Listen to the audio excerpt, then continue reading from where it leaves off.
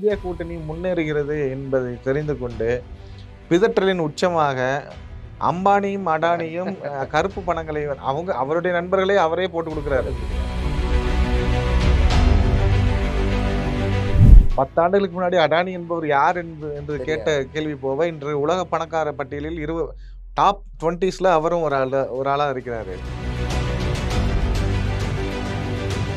உண்மையிலுமே நீங்க பத்திரிகையாளர்களா கேளுங்க, அவர் பெண்களை பற்றி பேசினது சரின்னு நீங்க சொல்றீங்களா சார் அப்படின்னு கேட்டு பாருங்க, அதுக்கு என்ன பதில் சொல்றாருன்னு பார்ப்போம். பொய்யை மட்டும் மூலதனமாக வச்சு அரசியல் செய்யலாம்ங்கிறதுக்கு உதாரணம் அண்ணாமலை தான்.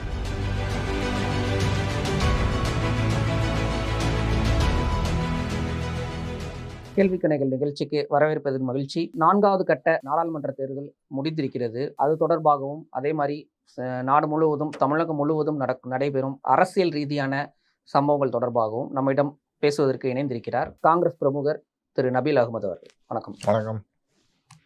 மே 13ஆம் தேதி 4ஆம் கட்ட தேர்தல் முடிஞ்சு, அடுத்ததா 20ஆம் தேதி 5, 6, 7 இன்னும் 3 கட்டம் தான் இருக்கு. இது வரைக்கும் அந்த கட்டங்களில் நடந்த 4 கட்டங்கள்லையும் உங்களுக்கு எப்படி தெரியுது? பாஜகவோட பின்னோக்கி போகுதா இல்ல பாஜக வெற்றி பெறும்னு நினைக்கிறீங்களா? இல்ல எப்படி இல்ல பாஜக பின்னோக்கி போகுதா அல்லது வெற்றி பெறுமாங்கிறத விட அது பின்னோக்கி போகுதாங்கிறதுக்கான சாட்சியம் நம்ம சொல்வதை விட ஆதாரம் நம்ம சொல்வதை விட பிரதமரின் பேச்சுக்கள்லேயே நீங்க புரிஞ்சுக்கலாம்.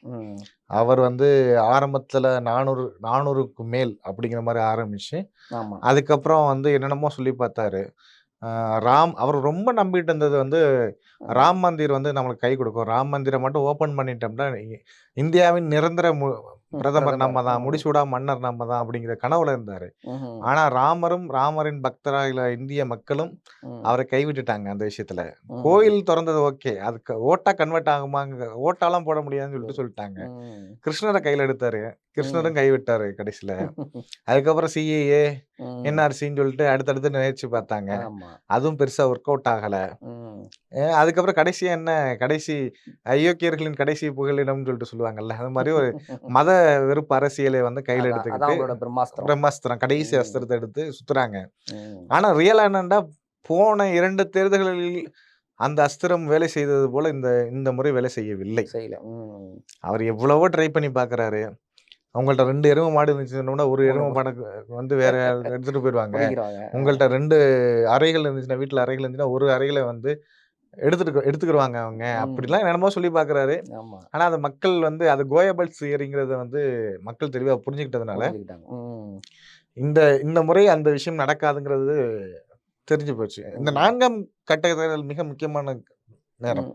ஏன்னா இந்த மேஜிக் நம்பர் சொல்லுவாங்க, 272 கிராஸ் பண்ணணும் அப்படின்னு சொல்லிட்டு. இதற்கு முன்னாடியோட சேர்ந்து இதோட சேர்த்து அந்த 272 கிராஸ் பண்ணி போறக்கூடிய தேர்தலாக இதை நம்ம பாக்குறோம் ஆக்சுவலா. அதனால இன்னும் பதட்டங்கள் அதிகமாகுது. இந்த இதற்கு முன்னாடி நடந்த 3 கட்ட தேர்தலில் என்ன வாக்கு சதவீதம் வந்துச்சுங்கிறது நமக்கு வெளியிடாம இருக்கலாம். ஆனா ஐபி ரிப்போர்ட்டோ தேர்தல் ஆணைய ரிப்போர்ட்டோ பிரதமருக்கு போக முடியா? என்னடா குஜராத்லயும் ராஜஸ்தான்லயும் ஓட்டு சதவீதம் குறையுது அப்படின்னு நினைக்கிறாப்ல. அதற்கு காரணம் ராஜ்புத் சமூகம் யூபியில ஆரம்பிச்சு குஜராத் வரை இருக்கக்கூடிய ராஜ்புத் சமூகம் மகா பஞ்சாயத் அப்படின்னு சொல்லிட்டு அவங்களுடைய சமூகங்களுக்கு இடையே மிகப்பெரிய கூட்டங்களை போட்டு பாஜகவுக்கு வாக்களிக்க கூடாது அப்படிங்கிற முடிவு எடுத்துட்டாங்க. ஆனா அது எலெக்ஷன்ல மாத்திருவாங்கன்னு நினைச்சாப்ல. ஆனா மாத்தல, அது ரிஃப்ளெக்ட் ஆயிடுச்சு. அந்த பதட்டம் அதுக்காக அவர்களை சமாதானப்படுத்துவதற்காக இஸ்லாமிய வெறுப்பை பேசணும்னா சமாதானம் ஆவாங்கன்னு நினைக்கிறாங்க. ஆனா அந்த மக்கள் அதை புரிஞ்சுக்கிட்டாங்க. இவர் தேர்தலுக்காக மட்டும் வேடம் எடுக்கிறாருங்கிறத ரொம்ப தெளிவா புரிஞ்சுக்கிட்டாங்க ஆக்சுவலா. அதே மாதிரி ஜாட் சமூக மக்கள், ஜாட் சமூகம் பஞ்சாபில் தொடங்கி இங்கிட்ட ஹரியானா அப்படியே ஒரு பெல்ட் வரும் ஜாட் சமூகம், அதுவும் யூபி வரையும் வரும். அவங்க விவசாயிகள் சமூகம், டெல்லியில் விவசாயிகள் போராட்டத்தை எவ்வளவு கொடூரமான முறையில் தடுத்தார்கள் இந்த அரசு அப்படிங்கிறது உலகம் அறியும். அப்ப அந்த அரசுக்கு ஜாட் சமூகமும் வாக்களிக்க போறது இல்லைங்கிறது புரிஞ்சுக்கிட்டாங்க அவங்க ஆக்சுவலா. மாறாக இந்திய கூட்டணி முன்னேறுகிறது என்பதை தெரிந்து கொண்டு பிதற்றலின் உச்சமாக அம்பானியும் அடானியும் கருப்பு பணங்களை அவருடைய நண்பர்களே அவரே போட்டு கொடுக்கிறாரு. கருப்பு பணங்களை டெம்போ டிராவலரில் வைத்து காங்கிரஸ்க்கு அனுப்புறாங்கிற ஒரு ஸ்டேட்மெண்ட் கொடுத்திருக்காரு. கருப்பு பணம் வச்சிருந்தாங்கன்னு நீங்க தானே சொன்னீங்க. கருப்பு பணத்தை ஒழிக்கிறதுக்காண்டி தான் நான் அவதாரம் எடுத்தே வந்திருக்கிறேன்னு சொல்லிட்டு சொன்னீங்க இல்லையா? இப்போ ஒழிச்சிருக்க வேண்டியதானே? ஏன் ஒழிக்காம இருந்தீங்க? அதுவும் உங்க கூட உள்ள நண்பர் தானே. நீங்க வெளிநாடுகளுக்கு போகும்போது மற்ற அமைச்சர்கள் வரார்களோ இல்லையோ, வெளியுறவுத்துறை அமைச்சர் வராரோ இல்லையோ, அடானி நபர் உங்க கூடயே சுத்திட்டே இருந்தாரே. எல்லா இடத்துலயும் போயிட்டு எல்லா அக்ரீமெண்ட்லயும் அவரும் சைன் பண்ணிட்டு இருந்தாரு. நீங்க ஆஸ்திரேலியாவுல வந்து மிகப்பெரிய நிலக்கரி சுரங்கங்களை வந்து அடானி குரூப்ஸ்க்கு வாங்கி குடுத்தீங்க. ஆமா. இந்தியாவுல இருக்கக்கூடிய ஏர்போர்ட்லாம் அடானி குரூப் குடுத்தீங்க. போர்ட் எல்லாம் அடானி குரூப் குடுத்தீங்க. எதையாச்சும் விட்டு வச்சீங்களா? எல்லாத்தையுமே அடானி குரூப் குடுத்து, அ இங் அதாவது 10 ஆண்டுகளுக்கு முன்னாடி அடானி என்பவர் யார் என்று கேட்ட தெரியாது. கேள்வி போக, இன்று உலக பணக்கார பட்டியலில் டாப் 20ஸ்ல அவரும் ஒரு ஆளா இருக்கிறாரு. அதற்கு நீங்க தானே முக்கியமான காரணம். அதே மாரி அம்பானியுடைய இது ஜியோ வளர்ச்சி கண்டதுக்கான காரணம் ம். என்ன? பிஎஸ்என்எல் வந்து ஒழிச்சு கட்டிட்டு, நீங்க ஜியோவ வளர்த்து விட்டீங்க. ஆமா. இப்படி ஒவ்வொரு நபர்களையும் குறிப்பிட்ட ஒரு 25 நபர்களை வளர்த்து விட்டதில் பெருமை வந்து மோடிக்கு தான் இருக்கும். ஆமாமா. அது ஜூன் 4 பிறகு இந்தியா கூட்டணி ஆட்சி அமைந்ததுக்கு அப்புறம், இவர்கள் யார் யாரெல்லாம் தவறு செய்தார்களோ, அவர்கள்லாம் நீதிமன்றத்தின் முன் நிக்க வைக்கப்படுவாங்க. அவர்கள் தவறான முறையில் சம்பாதித்த பணத்தை தான் திரும்ப பெற்று மக்களிடம் கொடுப்போம் என்பதுதான் காங்கிரசினுடைய கொள்கை. மாறாக ச மதங்களாக பிரித்து இன்னாருடைய இத எடுத்து அவங்கள்ட்ட குடுப்போங்கிறது கிடையாது. அது மட்டும் இல்லாம மகாலட்சுமி திட்டம் மூலியமாக சாதாரண மக்களை லட்சாதிபதியாக்குவது தான் வந்து காங்கிரசினுடைய திட்டமாக இருந்துகிட்டு ஆமா. இருக்கு. ஸோ அதனால வந்து பிதற்றலின் உச்சத்துக்கு போய்க்கிட்டே இருக்கிறார். கொஞ்சம் போயிட்டு கொஞ்சமா போய்க்கிட்டே இருக்கிறாரு. இருந்தாலும் இப்ப அடுத்த 5, 6, 7 பார்த்தீங்கன்னா, பீகார், ஜார்க்கண்ட், மகாராஷ்டிரா, ஒடிசா, ம். ஊபி, மேற்கு வங்கம். எல்லாமே அவங்களுக்கான ஒரு பாசிபிலிட்டிஸ் இருக்கக்கூடிய ம். மாநிலங்கள். அங்க இந்த 3 கட்டத்திலயும் அதிகமான தொகுதிகள்ல ம். இன்னும் எலக்ஷன் நடக்க வேண்டியிருக்கு. ம். அதுல அவங்க ஸ்வீப் பண்ண மாட்டாங்களா? இதுவரைக்கும் நடக்கல. ம்.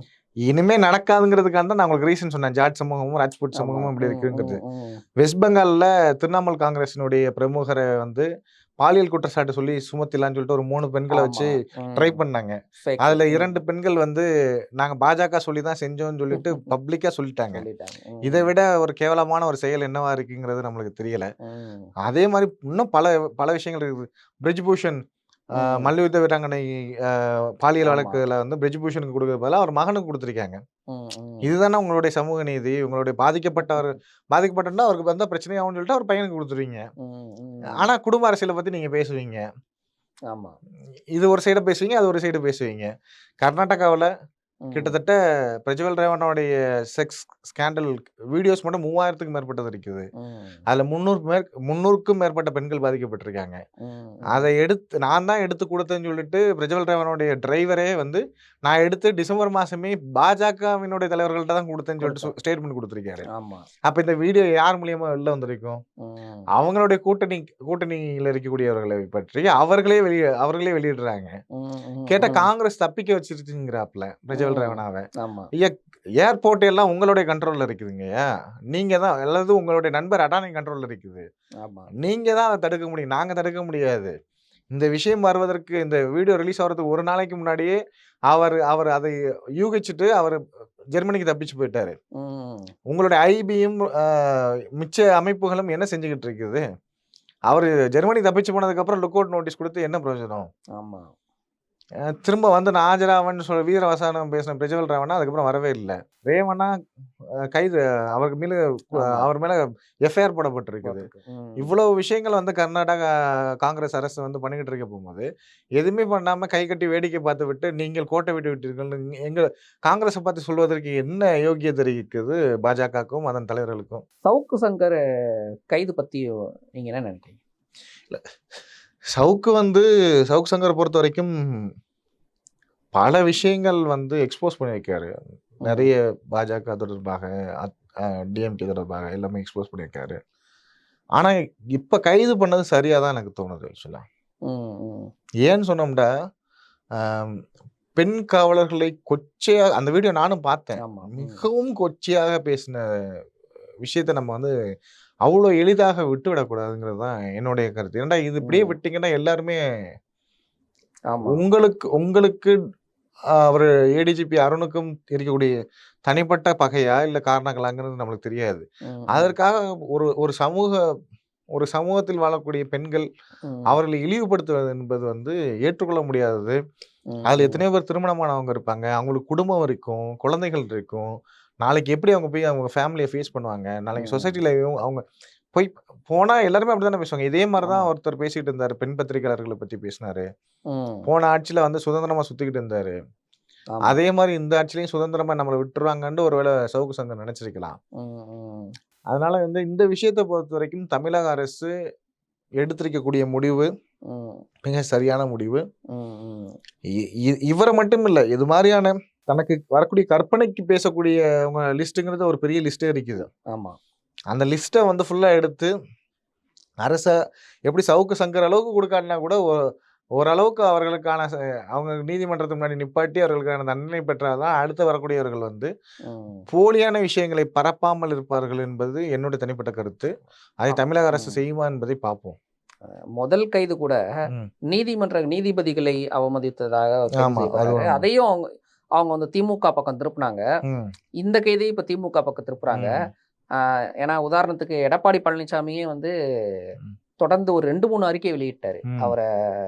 இவரே கைது செஞ்சீங்க அப்படின்ட்டு. அது என்னவா இருக்கும், காரணமா இருக்கும்? இல்ல, இது பொதுவான ஒரு அரசியல் விளையாட்டு தான். ஒரு மாநிலத்தில் ஆளும் கட்சியை பத்தி எதிர்கட்சிகள் குறை சொல்வது என்பது ஏதாச்சும் ஒரு வகையில குறை சொல்லுவோமான்னு சொல்லிட்டு பார்த்துக்கிட்டே இருப்பாங்க. அது கடைசியில் சவுக்கு சங்கர் மேட்டர்ல தான் ஹைலைட்ல இருக்கு. அதனால எடப்பாடி அதை பத்தி பேசிக்கிட்டே இருக்காரு. தவிர்த்துட்டு உண்மையிலுமே நீங்க வந்து பத்திரிகையாளர்களா கேளுங்க. அவர் பெண்களை பற்றி பேசுனது சரின்னு நீங்க சொல்றீங்களா சார் அப்படின்னு கேட்டு பாருங்க.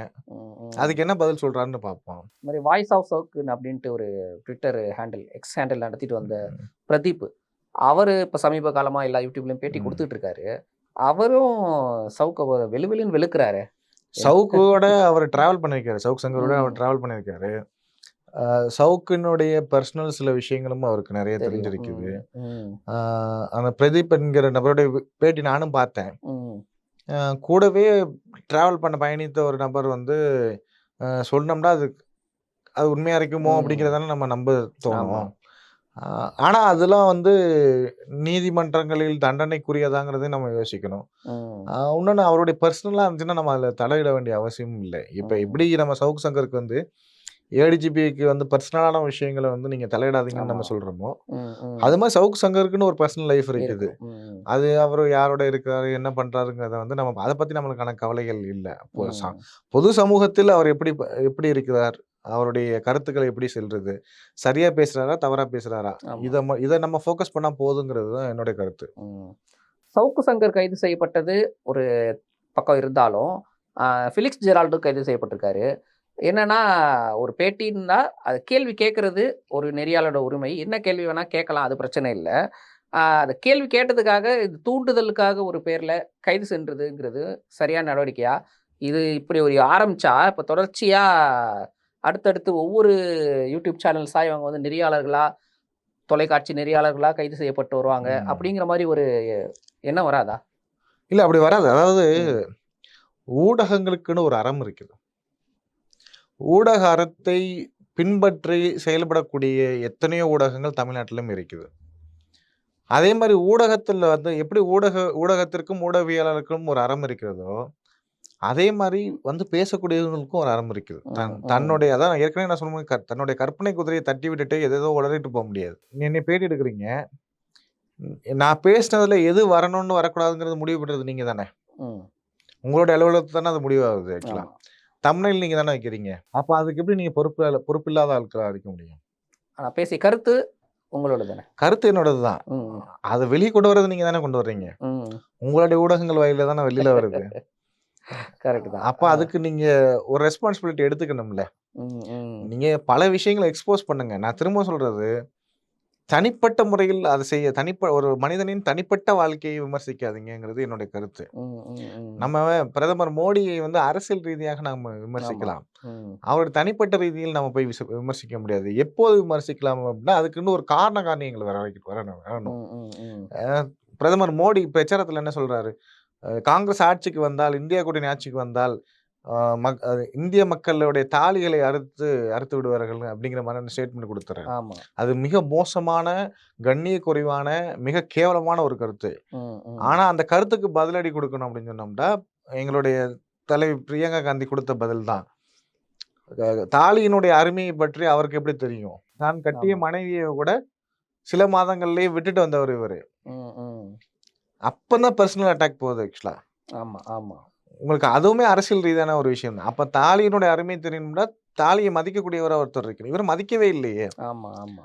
அதே போல தான் சவுக்கு சங்கரா இருக்கட்டும், அல்லது ஃபிலிக்ஸ் ஜெரலால்டா இருக்கட்டும், ஊடக அறத்தை குறைந்தபட்சமாவது பின்பற்றுங்களா. அவர்கள் இதுக்கு முன்னாடி எவ்வளவு நல்ல விஷயங்கள் செஞ்சிருக்கலாம். செய்து இருக்கிறார். அதுக்காக அவர்கள் செய்த தவறை வந்து நம்ம நியாயப்படுத்த முடியாது. தவறு தவறுதான். தவறு மிகப்பெரிய தவறு தான். அதுக்கு நீதிமன்றத்தில் என்ன தண்டனை குடுக்குறாங்களோ, அத நீங்க வந்து ஃபேஸ் பண்ணி தான் ஆவணும். அது மட்டும் இல்லாம தப்பு செய்யாதெல்லாம் தான் ஏன் டெல்லிக்கு போணும்? நீங்க தவறே செய்யலன்னா சென்னையில இருந்திருக்க வேண்டியது தானே. தவறே செய்யலண்டா நீங்க தைரியமா வந்து நிக்க வேண்டியது தானே. அப்ப அவருடைய மனதிலேயே வந்து ஏதோ தப்பு பண்ணிட்டோம் அப்படிங்கிறது தோணிருச்சு அவருக்கு.